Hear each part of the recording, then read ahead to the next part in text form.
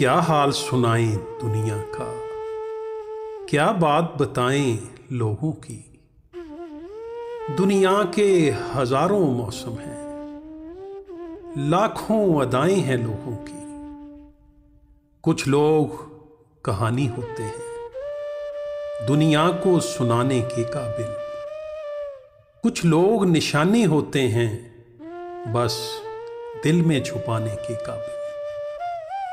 कुछ लोग गुजरते लम्हे हैं, एक बार गए तो आते नहीं। हम लाख बुलाना भी चाहें परछाई भी उनकी पाते नहीं। कुछ लोग ख्यालों के अंदर जज्बों की रवानी होते हैं। कुछ लोग कठिन लम्हों की तरह पलकों पे गिरानी होते हैं। कुछ लोग समुंदर गहरे हैं, कुछ लोग किनारा होते हैं। कुछ डूबने वाली जानों को तिनके का सहारा होते हैं। कुछ लोग चट्टानों का सीना, कुछ रेत गरौंदा छोटा सा।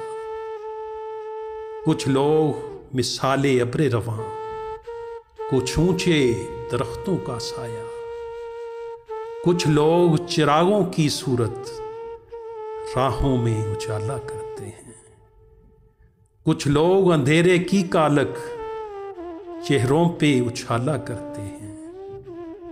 कुछ लोग सफर में मिलते हैं, दो गाम चले और रास्ते अलग।